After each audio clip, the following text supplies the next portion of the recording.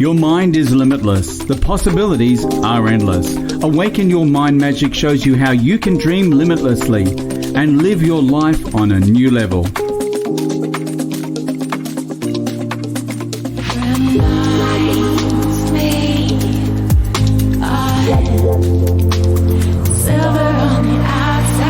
Susan Kathleen speaks with ordinary people who are living extraordinary lives using the power of their mind. Silver on the outside, gold on the inside. Silver on the outside, gold on the inside. Silver on the outside. Abundance, prosperity, and success. There are no limits to what you can dream. Join Susan Kathleen on a journey into your dreams, making a difference and living life on your own terms. This is Awaken Your Mind Magic. Hello and welcome everyone. It's Susan Kathleen here. My guest speaker today is Cate Williams, whom I had the good fortune to meet a year ago when we were attending the same JT Fox Dream Team coaching training in Brisbane, Australia. And during this time, I can remember offering Cate a free vision blueprint coaching session to help her find direction in her life. And we sat at this breakfast table one morning in our hotel before going into training for a couple of hours, where Cate mind mapped and created her 3 years plan to live the life she would truly love on the back of a serviette. And I'm pretty good at remembering my clients' vision blueprints to live the life they dream of. And you, Cate, are a prime example of awakening your mind magic and moving into the power of being limitless. So welcome, Cate. It's so good to have you here today. Tell us about yourself and your incredible journey. Yeah, thank you. It's very cool to be here. And it's pretty exciting to be finally telling my story in a way that where I've come from a place of being empowered, I guess, about who I've become and what I believe I can achieve now for the rest of my life. Whereas before, I didn't have that belief. I always just still felt afraid and small and unimportant. Other people were telling me that I was important and that I was great, and I just couldn't believe it. And this last 4 years has been a journey for me to find that in myself. So, yeah, it's been very cool. So I guess it kind of started when my marriage ended 4 years ago, and I thought, oh my God, I'm on my own at 61. That was never meant to happen. It wasn't like a fairy story ending. And it just freaked the shit out of me. Seriously, it was like, I just did not even think I could look after myself. And about 3 or 4 months later, this other little voice said to me, come on, you're free again. You can go and do whatever you want now with the rest of your life. And all of a sudden I'm thinking, oh my God, thank God I'm only 61. And that change of mindset changed too, and just set me on a path of who am I? Why am I here? What do I want to achieve out of life? How do I get there? It's just been magic. Absolutely magic. It really has. I mean, 2016, you were there on your own, and I can resonate with that because my husband died in that year, and after 30 years of marriage. And it is a scary thing suddenly being on your own with the condition of always having somebody around, whether he was nice or nasty, they were generally around. And your life has totally done a 360 since then, where you're free to pursue what you always have wanted to do. And let the audience know about how you ended up living out the back of your car and what you were doing, traveling around Aussie, jumping in pools with and riverbeds and all the sort of things that I've watched you do in this past year since I first met you, right up to now going international with TED Talks. Yeah, I know. It's incredible, Cate, and I'm so happy for you. Yeah, I'm happy for me too, which is a really cool thing to say. And to be able to say, I like myself, I love myself, I'm proud of myself, all these things that I could not say before. And I can just do it from a place of that's just the way it is. Like I was brought up where it's like if you said anything nice about yourself or you were vain, look in the mirror, it's like, yeah. It's just shit. And, who we are is who we are. And that should be honoured. And I never honoured it. I didn't even know how to do that. And now it's just like, it's amazing.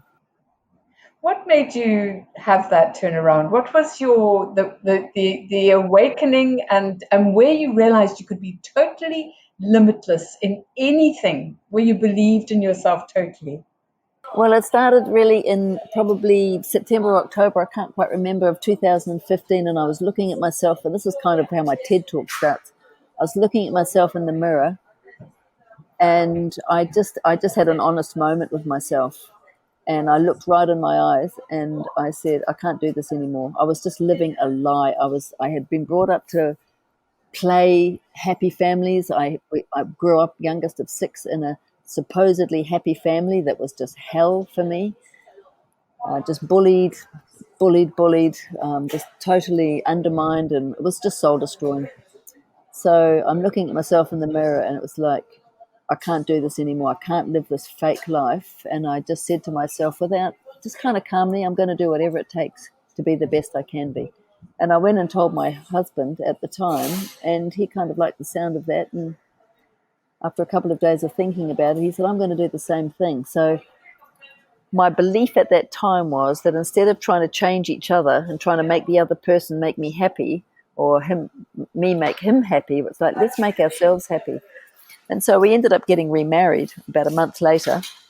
New engagement ring, new wedding ring, new plans. We were going to sell our chiropractic clinic, sell the house, put the house on the market. It sold in 5 days, and go traveling Europe, because his father was from Italy and mine was from England, and we'd never traveled. And then when we came back, get a four-wheel drive in a caravan and go traveling around Australia, and chiropract around Australia. And I'm good at play. I was not brought up as a worker. I had to go teaching, but only lasted 5 years because it was never what I wanted to do. I was made to do it. So, Yeah. but I knew how to play. My mum knew how to play. She was a bit of a narcissist, I have to say, but she knew how to play and have fun. So I learnt that. I loved that. And anyway, 2 weeks after we got remarried, I went over to Canada to my granddaughter's first birthday. And while I was over there, my husband rang me and told me it was all over, that our marriage was finished. So all the plans that we'd made about selling the clinic and the house and everything went out the window, plus all the till death do us part plans. And I'm just left flabbergasted. I'm not surprised. I mean, you just got remarried, Yep. changing of vows and everything else, and then suddenly you get slapped down. And I actually thanked him at one point for ending it. Once I'd got happy, once I realized that, oh my God, I was just in this fog of happy families myself, trying to make this marriage work, and it was never a really good marriage. And it was just this life-changing moment of realizing that it had never been a good marriage and that I was lucky to be let off the hook. But then I thought about it later, and I thought, actually, he didn't end the marriage, I did, with that statement, because I ejected him out of my life. And that was very empowering too, because one way I'm a victim and the other way I'm empowered. And I thought he couldn't handle it. He did not want to do whatever it takes to be the best he could be, because he would have to face some demons in him, just as I was prepared to do. Because I want to be the best that I can be. And all the shit that I've carried around all my life that undermines me, makes me a victim, has me blame and judge and get angry, that's not who I am. I do not want to be that person anymore. And that decision was just the most incredibly life-changing thing for me. And from then on, I just can't even tell you the good things that have happened. I should have written down every single thing. They just make me laugh now, because I learnt to read the signs. There are so many signs out there that tell you which way to go and which way to not go. And I was just so used to like this blur of life that I had no idea what was a sign and what wasn't. And now I'm like, I am so astute with those signs, and they pretty much always work. It's incredible. It's just incredible. So They do. When you listen to your inner self, Cate, and Yep. you understand and start to trust your natural instinct, Yep. It's quite empowering, like you say, it's totally empowering, where you suddenly awaken and understand that there's far more to life than we realize. We're being guided. Yes, where you're guided by your higher self. Yep. And as soon as we start to understand that, that is where we work into becoming limitless and understand that we can actually have almost anything that we put our mind to. Yep. It's a mindset thing as well. And your life Tell becomes us about calm. There isn't this Yes, it urgency to go does. looking for stuff or to try and make things happen or anything. It's just like I just live day to day, and that's what came out of living in my car. Because I bought, when I came back in 2016, in the middle of there, I went to, because we'd already had this holiday, it was like our honeymoon. It was already booked and paid for, just the flights. So it was like, Yeah. bugger it, I'm going on my own. So that's what Good for happened. you. I went for 5 months. I just traveled around. I'd never even traveled before. I'd been to like Fiji and Bali, that was it. Yeah.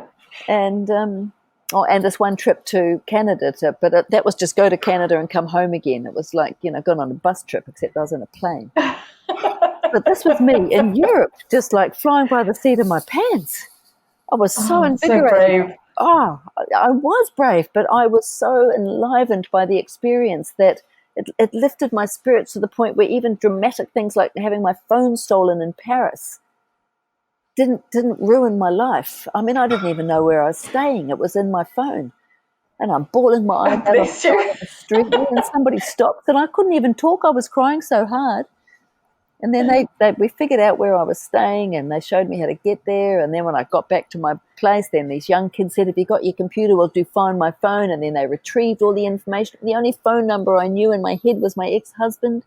Oh, and then I just carried on. It's like, yes, I survived that. I didn't die. That makes you brave. It's incredible. And then when I came home from there, I fell into a massive depression because it was like I had no idea what I was going to do. And that was when I knew one thing I needed to do was get a car. So I bought this little Subaru Impreza hatch, made sure I could lie in the back with the seats down, and signed up to be a coach and a speaker with Authentic Education. And I had three seminars in a row in March, April, May. Yeah. So I thought, well, I'll drive my car down there and sleep in my car, go and do these week-long seminars, and in between the seminars, I'll go and travel. Well, I tell you what, once I hit the road, there was no going back. The freedom that flooded over me was unbelievable. It's like no one could tell me what to do, no time frame, no agenda. I could do whatever I want, whenever I want, because I wanted. Like Thelma and Louise, except just Cate on her own. Just me. I love it. A beautiful story. Nobody else in my life. Oh, amazing. I suppose that was a time of incredible inner thought and regeneration, and Totally. where you started to discover that as an individual, you had this ability to do whatever you wanted to. Yep. And see, the other beautiful thing about that was I got Audible and I had CDs, so it became my learning. I didn't have to go to seminars for everything. I just started to listen to stuff. And the more I listened, the more because there was a freedom around me, there wasn't this the stress of a life that was not good for me. All the stuff just was getting in. There was nothing blocking it anymore. There was no person that I had to try and teach this stuff to and convince them that this was the way to live and this is how it should be. There was just me, and I wasn't resistant. You were doing what you wanted to do. Yeah, and I'd made this decision to be the best I can be. It was the strongest decision of my life. And so the stuff that was going to support that just kept on flooding in by all these different thought leaders and spiritual leaders. And then in the middle of this year, I found the linchpin to the whole thing. Tell us about it. Oh, my God. I was driving. I love it. I love the story. Yeah, I was driving down because I've done a bit of house sitting. I don't do a lot of house sitting because I went and lived with some friends once and I was paying rent and I lasted 9 days. I'm lying in my little white bedroom looking at the ceiling and the white walls, and it was like, what on earth am I doing here? Because somehow I just seemed to think that maybe I should settle down. That was the middle of 2018. Yeah. It's like, get the hell out of here. So it lasted 9 days and I was on the road again. And if I felt like I needed stopping, then I would apply for a house sit and go wherever that turned up. But I applied for a farm sit down in Tuma in the Snowy Mountains, and it was about a 15-hour drive. And I was cleaning out my Audible account. I just wasn't listening to enough, so I decided to close it. And a book came up as recommended for me, and it was called Real Love and Post-Childhood Stress Disorder. Yeah. That hit me between the eyeballs, I tell you. It's like, this is your book. So, but by a guy called Greg Bear. So I bought it and I plugged it in and I listened to it. It's a 16-hour audio. And I drove, and I had to keep pulling over to bawl my eyes out, because finally Oh, okay. someone was telling me about my life instead of me trying to tell other people about how crappy my childhood was. And Yeah. nobody wants to listen to anybody else's stories like that. And they don't No, have, they they don't don't. have to heal you. They can maybe listen for a bit. But here's a man who's written a book about it. So I wrote to him because I was so excited. And he wrote back, and we've been writing ever since.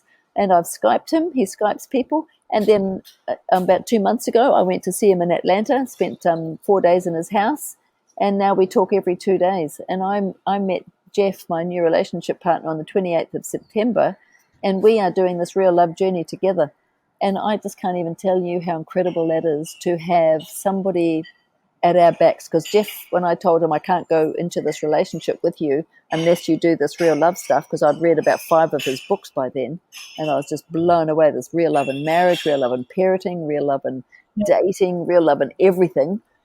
And he said, I'm in. I want this. I want the same as you. And so now we have like this real love, unconditional love coach helping us as Jeff, because I said to him one day, it's like, I've been looking for myself for 30 years. You didn't even know you were lost. So he's having a crash course in self-development by being with me. And he is just 100% willing. Screws up a lot. But boy, we talk about anything and everything at a depth that I knew was possible and have never had in my whole life. And he's loving it. And I tell you, the love between us is just growing and growing and growing. It's incredible. That's so wonderful to hear. Do you believe that for every single person, there is a soulmate in 100%. this earth? But the thing is, like, if you're whatever level you're at, so if you're still miserable, if you're judgmental, if you're angry, you'll pick somebody at that level. Law of attraction works at every single level. So don't even go looking for a person until you love yourself, until you're so happy with yourself that you can just walk amongst anybody with a smile on your face. Because anything less than that, you're going to attract someone that you're going to battle the same stuff with. This is It's so just not true. worth I mean, it. you send out, yeah, Yeah, it's just not worth it. it's those vibrations, isn't it, Cate, where you send out the energy that you have within you, Yeah. and that is exactly what comes back at you like a magnet. Yeah, absolutely. And look, I was so happy before I met Jeff, and he loved that about me. He saw me. We saw me in a surf club watching the footy, and Yeah. I'm happy with him, and I'm happy without him. Even now, if he was not in my life, I would miss him, and it would be sad, but I'd still be really happy. And that is like, oh my God, that is like jackpot for me. It That totally is is. I mean, when you learn about the power of self-love, where you can discard the old things that we've had indoctrinated in us as children, that's vain and you shouldn't be doing that, and But it's you can't do wrong. it by yourself. I do not believe that you can do that easily by yourself, because you don't even know you're doing it. Like Jeff don't know he's doing the things that he's doing, but I Yeah. tell him, and he goes like, "Oh my God, I didn't even realize I was doing that." So it's really hard to see yourself from within here. But you find yourself a coach who can see Yes. you and still love you, never angry. Like Greg loves me unconditionally. He doesn't care what I do. He knows who I am behind my stuff, and he's helping me let that stuff go. But I don't think I could. I know I couldn't be doing this relationship the way I'm doing it without his backing. And there are other real I love coaches around the world. Yeah, I absolutely understand that. As a love and relationship and happiness coach, I hear you. One does have to have that person who's slightly removed Totally. from the emotions and Yeah. has the ability to be able to be there when you need that, or when you require that person to be able to help you with understanding yourself. Yeah. So Because if we could drop it, I we would all drop it, right? If you knew that yeah, you were angry or that you were judgmental or you were victiming, yeah. and it was like, okay, if I stop being a victim, I'm going to be happy. It was like, we'd all do that. Yeah, I mean, who wants so to be a true. victim? Like, that just brings in crap. It But does. boy, I've been one of those for 60 odd years. Bless you, darling. So I think that you have been put in place through the law of attraction for your wonderful new man. So Yeah, you are his special teacher as well, and I think absolutely. that's what the universe does. Yeah. it's the law. It's again that attraction of that incredible quantum field where you have this incredible like-mindedness with the right person. Tell us more about your TED Talks and how that happened. I got to tell you this funny story, because I knew, like, I used to be a school teacher, and I don't mind standing up in front of public. I've never done it, but I didn't mind in front of my class if the parents came in. And there's something about me that I want to talk. I want to talk about life and what's going on. So that's probably maybe why my mother made me go and do it. I don't know, but anyway, so I decided that. And they tell me that they need women speakers. And I thought, well, I got a story, man, and I want to help women over 60 in particular get out of this daze that ends us, us going into dementia, I think, just so that we don't have to even think about how shit our lives have been. Even if we've contributed and raised families and stuff, the part of us that's missing is the part that we were once passionate about that we didn't do, So... Anyway, so and one of those little ads came up on Facebook or something about doing a TED Talk, and I thought, damn it, because I'd said about a year or so ago I want to do a TED Talk when I had absolutely no belief, that I had I couldn't have done at the time, but I knew. Yeah, you put it down in you wrote that down on your serviette. Oh, did I? And I think you were going to meet Oprah as well. Yeah, TED Talk. Yes, I remember that now. And you were going to meet Oprah. Yes. Yeah. So I knew I couldn't do it. I got a long memory, I told you. God, I don't. I'm having too much fun. Everything just passes me by. Carry on, Cate. Tell us the story about your TED Talk. So one of these little pop-up things came, and it's going to have a phone call with somebody, and it was going to cost me money, but I had the money. I didn't have the ability to do it. I didn't know how to make it happen. So that's why I spent a lot of money on my education, because it was like, how do you make this stuff happen? So I rang them and I told them my story, and because their thing was to tell us whether our story was TED Talkable, whether it would be accepted. So I told my story, and they go like, oh my God, this is a great story. So I thought, damn it, I'm in. So I gave them the beginning of my money. And I'm just like, I'm freaking out, because this is a major decision, because a TED Talk's not just a talk, it's going worldwide. And you've also got the humiliation of what if no one ever watches it, because you see TED Talks out there, 10 million views and 500,000 views, and what if it's only got 5 on mine? It's like, or people don't like it, all this stuff.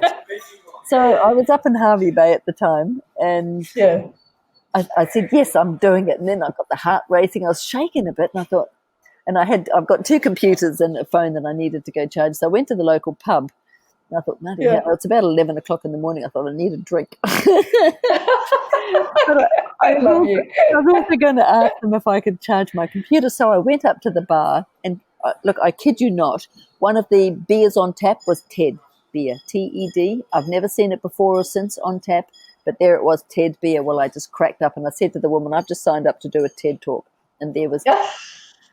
It was crazy. Anyway, so I did my thing, and the next day I was down in Brisbane, and I was at the markets down at West End, and I was talking to these people, and this old lady pulled up in her car and said, does anyone know where the bathroom is? And so they said, yes, it's over there through that building. And she had a dog in the back of her car that she was worried about, and I said, look, I'll look after him. What's his name? Ted. Can you believe it? I mean, I don't even know another dog on the whole planet called Ted, but this dog was called Ted, and I just cracked up. Anyway, about that following weekend, I was down in Sydney to start one of my seminars for last year, and I was really a funny story too, because I went and booked my flight a day early by mistake. So I got down there and I didn't have any accommodation, because that was Saturday and my accommodation started on Sunday. It was like, whew. And you didn't have your car? No, because I'd flown down. Because it was a quick trip. I had to get back to the Gold Coast for something. So I looked around, and I found like probably the last bed in Sydney, which I didn't realise. So when I got there, I caught the train, and when I got off the train, everyone's in like fancy dress and rainbow colours, and it's like, what's going on? And someone says, oh, it's Mardi Gras. I didn't even know. So the whole of Sydney is set up for Mardi Gras. So I get to my hostel, Oh my God, it was just the best time. And there was a girl there, and we kind of got chatting about where we've come from and blah, blah, blah. And I told her my story, and she said, "Oh my God, you should do a TED talk." Oh, It's thanks. like Oh, wow. 3 times in probably 10 days. And I'm just thinking, well, whatever this TED talk is about, I'm doing it and something's going to happen. So I didn't know where the TED talk was. At this point, it's only just an application. So this Yeah. company puts your applications all around the world. So I said I'm happy to travel the world because I've got a son in England and a daughter in Canada. And I decided if I get something on the English side, I'll go and see Hayden. If I get something on the American side, I'll go and see Amara. Anyway, it took about 3 months, maybe, can't remember. And I had quite a few letters coming in, and I had to have interviews and talks. And then this one came in from Toulouse in France, and they said, "We absolutely love what you're going to talk about. We think it is the epitome of what a TED talk should be about, and we would love you to come and speak in Toulouse at the Higher Institute of Aeronautics and Space." What? That is incredible. And So it you was, went to go and speak to a whole lot of space heads. yes. And it was so funny because I tell you what, putting your whole life story into 15 minutes, oh my God, that's a challenge. So anyway, now the whole thing's ramping up. But the funny thing was when I got there and I did my talk, and it was a bit of a disaster because they had a half time and no one came and told me because they all spoke French. There were only 3 of us speaking English. And nobody thought to tell me in English that they were having a halftime break because it was one talk after me. They went to this halftime break. And I'm like, I'm sweating, I'm shaking, I finished my talk, I'm sitting in this room by myself, I've rung this friend of mine and I've said I've done it, and I've taken photos of myself and put them on Facebook. And the whole time everyone's over in this meeting place having food and drinks, and I'm not there. And people were wanting to know where I was. They wanted to talk to me, and no one came and got me. That's very French, isn't it? I mean, they speak French and everything. As soon as they know you can speak a bit of French, then they speak to you in English. So I missed that. But the funny thing is like they wanted to know, where did this woman come from? Where did you get her to come and speak here in Toulouse? Because that one woman was speaking about going to Mars. You know, they weren't all speaking science stuff, but every other speaker had gone through this college, ISO Sapiro. And then there was me, this 64-year-old, doing this talk on what's it called, 64 and Fearless, how living in my car allows me to live my wildest dreams. I love it. I just think this is incredible. So what happened after that? Did you go and get a sandwich and something to drink? Were they At the end, they had another gathering, which I found out about, because they'd all said, "Where were you at halftime?" It's like, "What do you mean?" And it's like, "We had a meeting." I was like, "Damn it." So I went to that.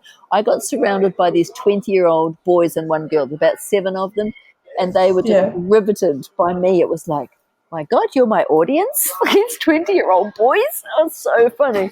I think that's wonderful. I mean, you're inspiring young people to live a life that they truly, truly love successfully. I think it's wonderful. It was amazing. But what happened for me with that talk, because I screwed up both the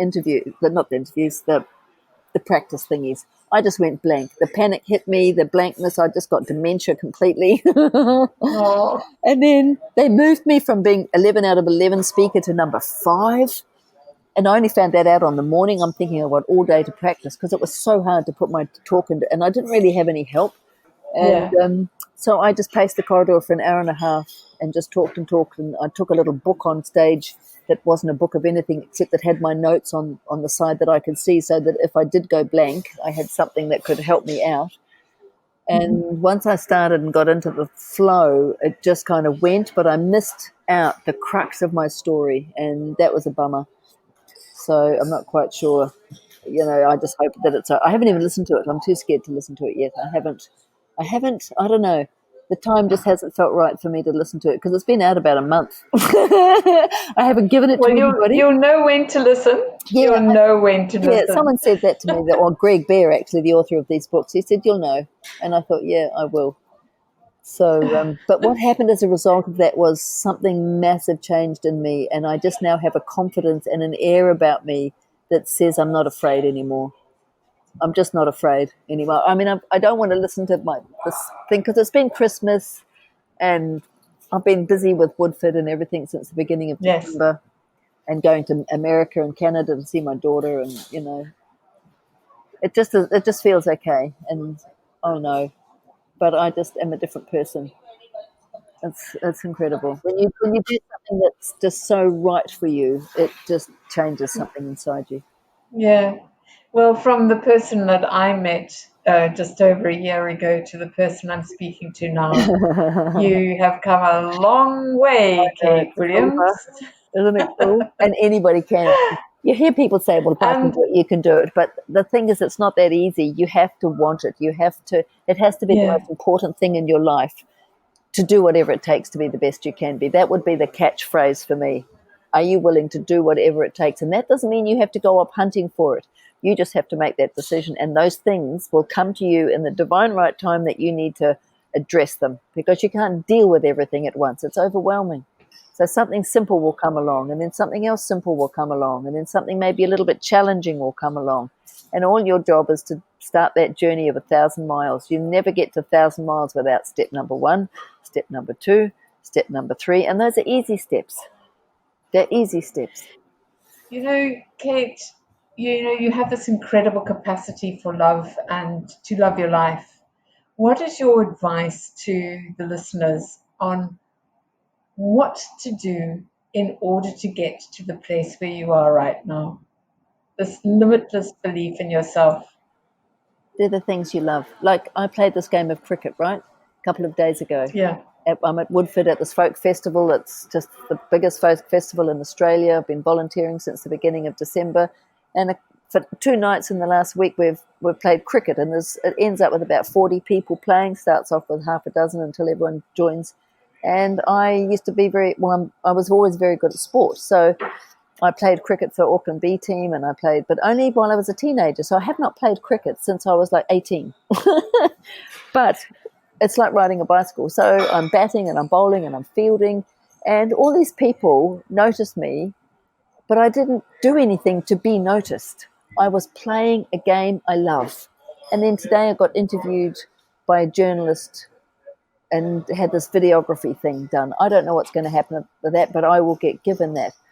People have just come up to me and told me how amazing I am. Just even hearing people say that about me, I never heard that when I was growing up. I've hardly heard people say that to me. And I've had like 20 people come up and say, you were the best player on the field. And it's like, well, not really. It's just relative to the fact that I've got grey hair and I'm kind of old, But No, and don't say the word old. That's a swear word, Kate. no, it's not. That's a swear word. It's not, because if a tree is old, we love it. If a car is old and in good condition, we love it. We love old Oh, things. so So I love I'm the going to think word of you old. as a precious old tree, am I? Yeah, I'm 65 years old in a couple of weeks. That's old. For a car, it's old. For a tree, it's old. For a push bike, it's old. For anything, it's old. I'm old, and I love it. I love being Antique? that. Can we No, talk about antique? I'm just old. It's what you talk about. It's age. It's like I love, I I have love. no fear about it. It's like I have to admit that I'm 65 and I'm at the pointy end of my life. It's like my box is waiting, and if I don't see the urgency in that, I'll just keep dribbling on like I have for 60 years, until I Yeah. get to the end. I read an article called The Top 5 Regrets of the Dying. I had 4 out of 5 of those. That was like the biggest kick up the backside just about of my whole journey, when I realized I was on track to die with regret. If I didn't do something about my life, I was going to die with regret. And the people who wrote in this book were happy. They were dying. They had messed up their lives, and they were happy to write in this book in the hopes that they would help other people avoid what they had done. Oh my God. So I need to know I'm 65 years old and that I've possibly got 10, 20, 30 years left. That's I've spent 2/3 of my life doing what I don't want, getting the contrast that Abraham Hicks talk about. The last third of my life, which is from 60 to, let's say, to 90, which are going to be the hardest years physically and health-wise, I have to make the most of my life. I've got to be determined. I have to be. So I have I to be love honest I that love I'm that. 65 years old in 2 weeks' time, 1.5 weeks' time. And I'm a great activist for pro age, and I agree with you totally there.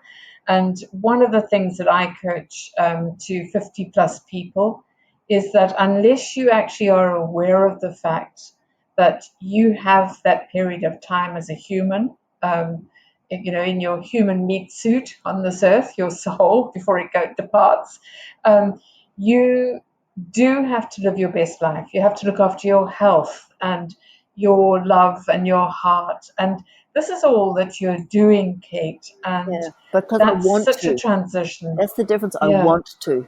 If you have to, Yes. that's just like you're being told what to do again. You have to want it. You have to find a desire, whatever age you are, to find your best life, to be the best that you can be for the rest of your life. And until you've It's got very that, good you advice. might just go and play. Just go and play until you start to realize how much fun life is in between the misery. But if your life's pretty miserable, it's really hard to find the fun. But there will be fun. There will be things that maybe you want. See, it's interesting too, because I thought the things that I loved when I was young, I was going to love now. But all I had were those few things. There is an expanse of things that's available to me now, and I'm still only just discovering those. That it's hard to describe. Like the other day, I was writing on the envelopes for all the heads of department for Woodford, because everyone gets a medallion, all the volunteers. There's 3,100 volunteers put this festival together. And I was putting all the medallions for each different department. There's like 174 heads of department. And on the envelope, we had to write the department name. And I couldn't help but draw pictures. So whatever came up, like the Festival of Small Halls, I wrote the Festival of in big letters and small halls about 1 millimeter high with a tiny little building. So everything that I did, and it was so much fun for me. And all I'm doing is drawing on an envelope. And I got people saying, we've never had people draw on our envelopes before. So my fun of doing it got passed on to somebody else. And I didn't do it for any other reason except that it was fun for me. So it can And be you've created a tradition. things. Yeah. It happens all the time, like the cricket game, or like skipping, or playing pool and at the local pub and enjoying it. I go dancing. When I was traveling in my car, my lounge, because everyone has a lounge or a place they go to mingle with people. I don't have that when I'm living in a car. So I go to a pub into the bar. And at a pub, people have had a couple of drinks and we're watching footy or sport of some sort. And you can talk to people. You can't go up to a cafe and talk to people in a cafe, but you can talk to people in a pub. So that became my lounge, the place where I interacted with people. And the most incredible things happened in those pubs. I had young men, always young men, never a woman, come and sit down beside me and just want to talk to me about their marriages, their relationships, their girlfriends. One guy brought his girlfriend over and said, tell her what you've just been telling me. Because my thinking has become free, because we've all been conditioned to think a particular way, and the rules and regulations and what you're allowed to do and what you're not allowed to do. It's such bullshit. And people won't be free. They are sick of the indoctrination. And I just feel free. I think, do you dance or sing in the car when you're traveling? What do you do? What do you sing? I've got one tape that I love so much, I must have played it 100 times. And then one night I was driving down to Canberra, and I had the music going like hard out, and it's 11:30 at night. I've just finished a 1-week seminar. I'm as happy as bloody high as a kite. I've got my push bike on the back, and I've got the music up so loud, and I'm just pumping out the words. And finally, I noticed the red and blue flashing light in my rear vision mirror. Okay. And I'm in a 3-lane highway going south at 11:30 on a Sunday night. What is a police officer doing out there? And he was so shitty at me because he'd been following me for ages, and I didn't see him because I'm just oblivious to the rest of the world. And that pullover cost me nearly $800. Oh, Cate. For speeding, and because I didn't have a number plate on my bike, so I had obliterated my number plate. $420 fine for covering up your number plate. Oh, well, we won't be doing that. I'm going to make sure that I don't cover up my number plate, but I'll carry on singing in the car. That'll be good. I'm going to have to come along on a trip with you. That's fun. Driving is all about the ideas that drop into my head, because when you're happy, the ideas from your higher self or the universe, they just drop into your head and they say, go and do this. It's like, And go and you're free to do it. You can roam wherever you like. Yeah. What advice do you have for young couples? Because you're such a wise one. Read these Real Love books. Real Love, you can go to reallove.com And he's got a Yeah. heap of free stuff. It's just cost him $10,000 to make his membership sites free. For any parents out there, he's got a program out called Ridiculously Effective Parenting, or he's got a book, Real Love and Parenting, and they're in book form or Audible. And yeah, I've never read anything like it in my life. And the common sense of it is incredible. If you're dating, if you want to go dating and get off the whole merry-go-round of internet dating, I tried a bit of that. I was like, wow, this is just, I'm hunting. I didn't want to be a hunter. I wanted to just be myself, and someone walked into my space, and that's exactly what happened. I agree with you there. I'm petrified of internet dating. No, thank you. There's some strange people out there. Well, I think I met 3 guys, and I kind of just wanted to connect with them because I knew what they would be going through too. No, 4 guys I went out with, and it's like, this is not how I want to do this. I want to work only on myself. I want to be so happy that some other happy person walks into my life. And I never put any attention on it at all. I just knew that he was coming because I totally 100% believe that when you're happy, someone else who's happy wants you. Totally believe that. Doesn't that sound good? Well, I agree. Sound good? I agree about that. Whew. But read these books because they really changed my life. Completely 100% changed my life. The hardest one is the one I read first. When I wrote to Greg, he said, yeah, you picked a tough one first because it's, whoa, you have to be ready for that. But he's got a basic book called Real Love, the truth about relationships and unconditional love and relationships. And you just get to hear the truth. The truth will always set you free. Lies just keep you confused and trapped, yeah. And then I went over and had an intervention. It cost me a lot of money, but I would pay that over and over again. And Jeff's going to be going in about a month or 2 when he's got his money stuff sorted out. And I'll go too. That's and, brilliant. Yeah. Well, with the power of positive thought, of course, you can, if you can think it, you can dream it. And you did it. You did it on the back of a napkin with me and your mind mapped. And here we are. And the beautiful thing... Speaking to me again. I know, isn't it great? After I'd been to Toulouse, I went to England to see my son. And while I was there, I met the Real Love ambassador for England and Europe. And I had been chatting to her on Skype, and I went and stayed with her. And just in her getting to know me and my journey with Jeff, because we were reading Real Love and Dating over the phone because I knew him for 5 days before I went to Europe. So there was no kind of sex happening in that 5 days. It wasn't like a quick before I left. I love it. All we had was to ring up and talk to each other and get to know each other. And you know what Kimberly said to me? If you want to go and see Greg, like as soon as you're finished this trip, I will lend you $2,000 American.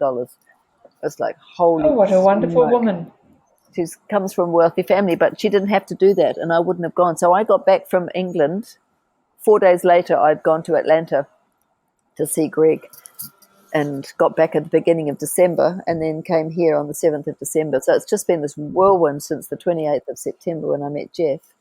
But when things line up, it just happens. Things just come to you. Like that $2,000 came to me. I didn't ask for it. I wanted it. And universe put in place what you needed. Again, you became limitless. Yep, and I got the last of the money to go the day before I left. But I was going. There was nothing going to stop me. I just asked anybody who owed me money, I asked for it back. And it just came in dribs and drabs.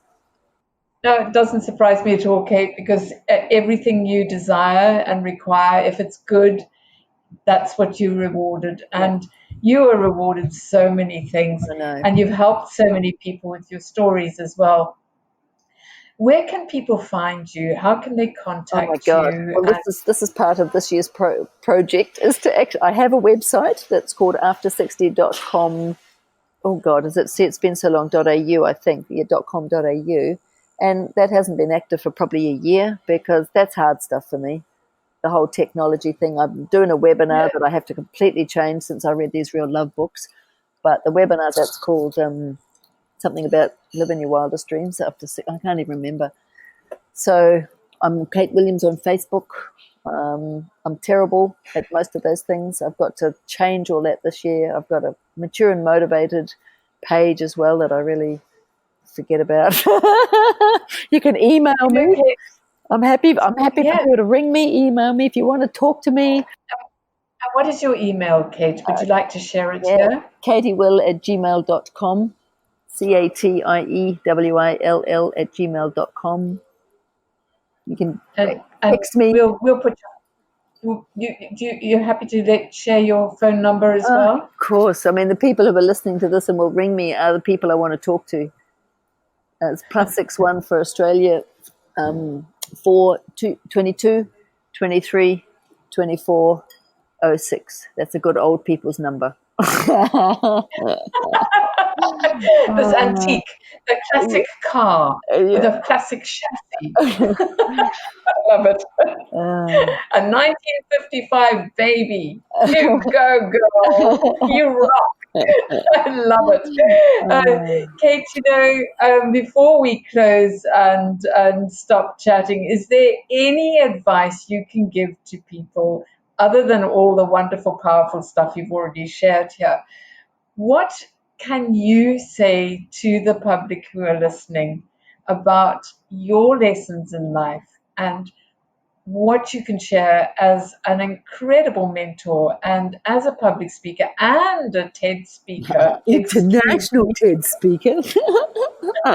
International TED speaker. And by the way, just talking about that before you share this, one thing I've realized now, just having spoken to you about how you do not really resonate with social media, you have been found by word of mouth, by your joie de vivre or your joy of life and your happiness.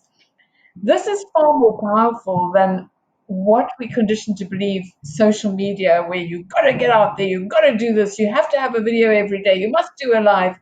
You haven't done any of this. This is all by word of mouth and by traveling in the back of you and sleeping in the back of your car.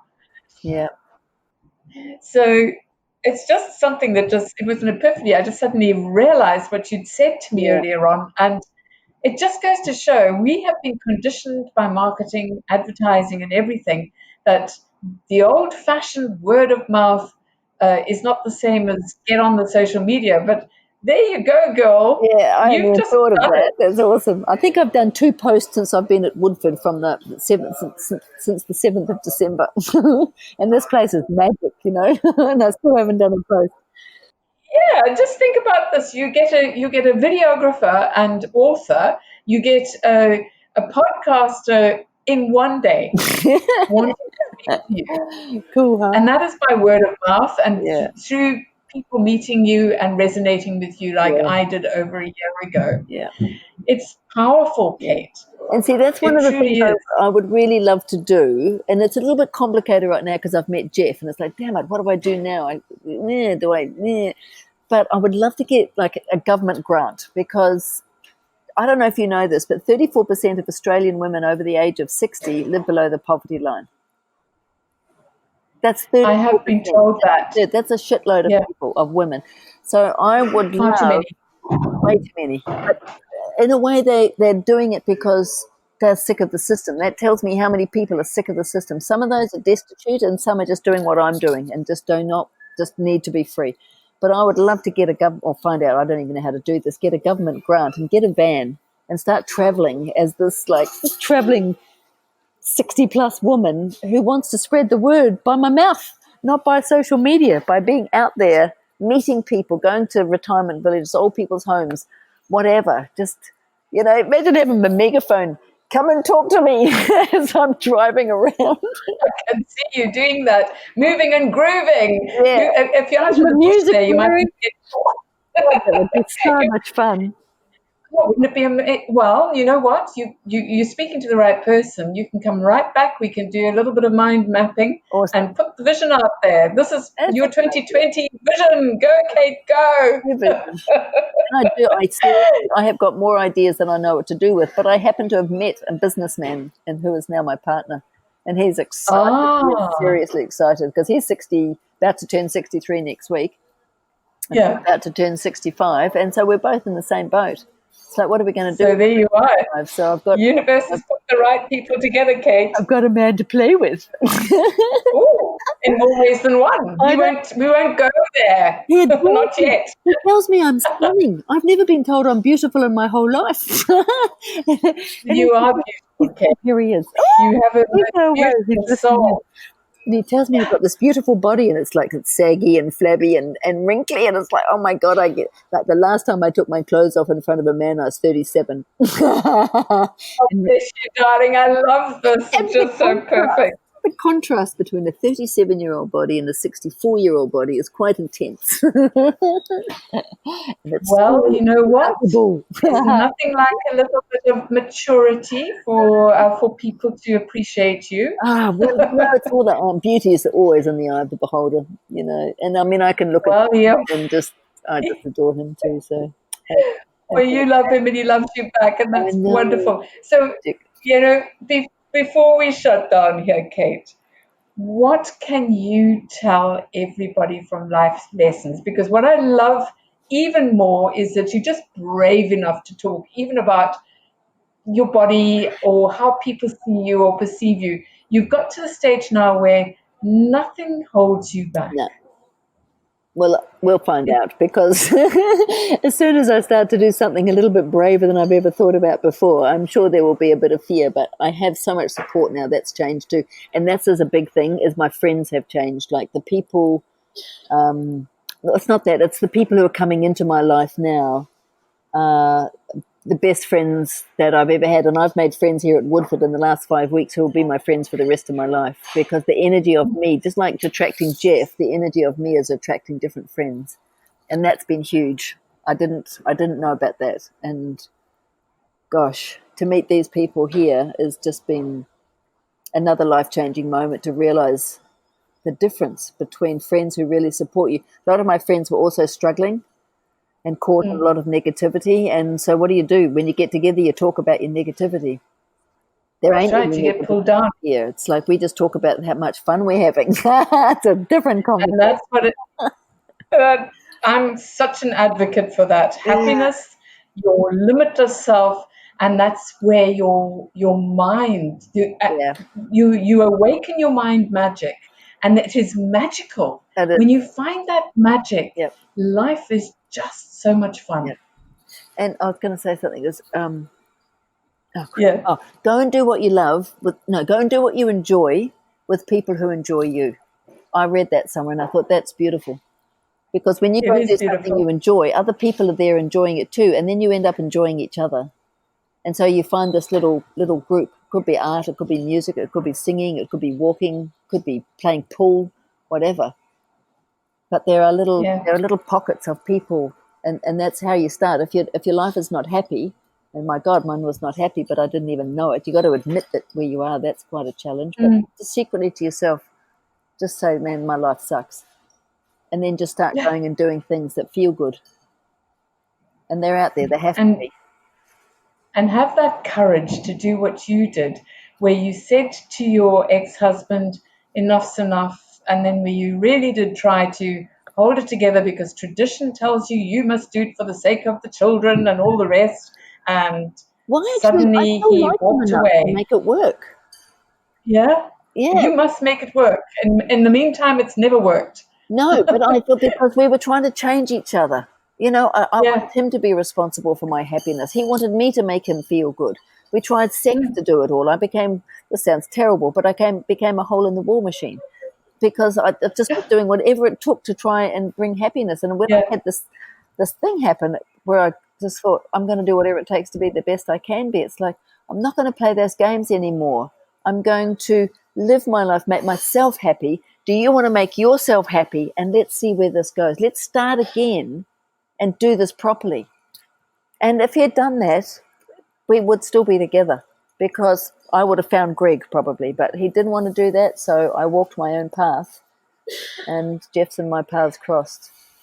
Whew, magic. Love of your life. Magic. The person who's meant to be with you for the rest of your life. And to be able to look into someone's eyes as deep as I possibly know how, and just feel the love that's there. And like what Greg and Kimberly over in England keep saying to me, it just gets better and better. There's more, it's better. And I know that, because every time Jeff and I have something's not right, and then we get on to Greg, or actually quite often now I can work it out, or I might write to Greg and he tells me, and then I tell Jeff, and everything's exposed. Then when that gets healed, it's like the love just comes flooding in to fill that space where there was pain. Because when you've got pain, there's no love there. So when the pain's gone, the love fills that up. And then you look at each other in a deeper way that I knew was possible, but I've never done before in my life. So, oh, gosh. There's something very special about looking into the eyes of your soul reflected back at you from your partner. No barriers, you know. Yeah. It's perfect. I love it. And I'm so happy for you, Cate. I really am. Me too. So, again, whatever it is that you have in your life, and it's an adventure every single day for you. Yep. I wish you more, Cate. I wish you more than. Thank you. So, Cate, thank you so much for being on this call. I so appreciate you, and I'm really proud and very grateful to have you in my life as my friend, Cate. It's been great. It was great. I'm excited. I'm just wondering if I'm going to have to go and buy myself a fancy hat sometime for perhaps a pending marriage or something. What do you say? We've got a little way to go, but it's definitely on the cards. Cool. Wonderful. I will go and get a hat then. I love hats. Okay, thank you so much. You let everybody else know as well. Maybe we'll get to you and your man. You can all come. I have no idea where it'll happen, but it will be fun. It'll be fun. Happy day. And I think you should have your car as your best man. Or your best woman. Okay, darling, thank you so much, Cate. It's been just wonderful. And you know what? I just love talking about all this now, whereas before, I don't know, I'd stumble and stammer, and I don't care what I say now. It just doesn't matter. Well, you know. It's because you're limitless. Yeah. You've awoken your mind magic. Yeah. You go, girl. Yay. You go, everybody. It's all out there. It's waiting for you. That's the reason. Okay, thank you so much, and goodbye. And I'm going to get you back again. I just love it. It's just perfect. What's this space? You made me happy. Okay, Cate. I love you all. Thank you so much. I can honestly say that everyone out there, I just love you because I know who you are. I know you've got stuff, but I know who you are, and that's the difference. That's what Greg and Kimberly have done for me. God, it's a good feeling. Thank you, Cate. Thanks, my darling. That's wonderful. See you again. Thank you, Cate. Okay. Bye-bye now. That's Awaken Your Mind Magic for another week. If anything you've heard today has really impacted you and you want to know more, or you would just like to connect with me, then visit my website, awakenyourmindmagic.com, and reach out for a free one-on-one discovery session with me. Silver on the outside.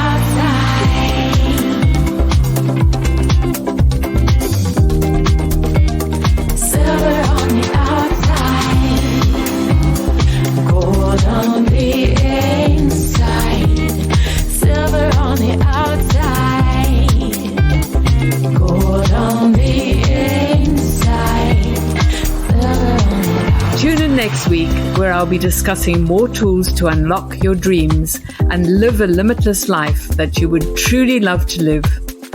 I'm Susan Kathleen, and this has been Awaken Your Mind Magic.